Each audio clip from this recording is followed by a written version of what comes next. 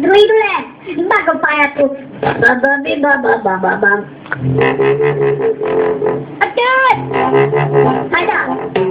Hai să începem simplu comic, mică observație. Ai ochii miri, simte cum strâns în constipație. Arăți de parcă copii în procesul de creație. Am te recheamă în gustat cu conceptul de fenație. La un vest turbat, ai ochii înconjurați de mulți. Văzând în la simultan pe un te duci. Deci o piele mai aspră, tratarea de fluxui. Și cârma de rechin pe care ai luat-o de pe sfânt. Pentru lungimea ei ai resortul doborât. Nasul tău nu glumește, pune râtul în urât. Sub umbra lui cea mare moare totuși și cam de pește. De-aia ținte gura și plumurat în peste. Cu tăstături aparte ai o față divină. Modelată cu salamul de un orb în plastelină. Sper că nu te miră că le provoci creasă. Ca bubele tale ca mau coșul pe față. Ce uite-te la tine, ce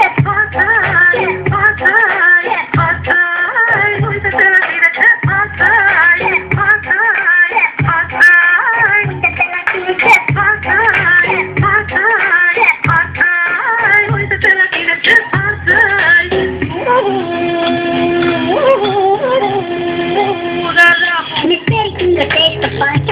lângă, sunt happy când mănânci curculița prin strungă. Eu dungă peste ochi și lungă, să-ți ajungă o dihanie de sprânceană sufoasă ca o junglă. Toți băieți la tele, le mistruși tuturor cu un zâmbet vitele, că găsiți îi arată muie când se par buzele. Încearcă-ne cu lipsa, încearcă-ne cât schima, și-o vârste de armede, nu vindeci cu echina.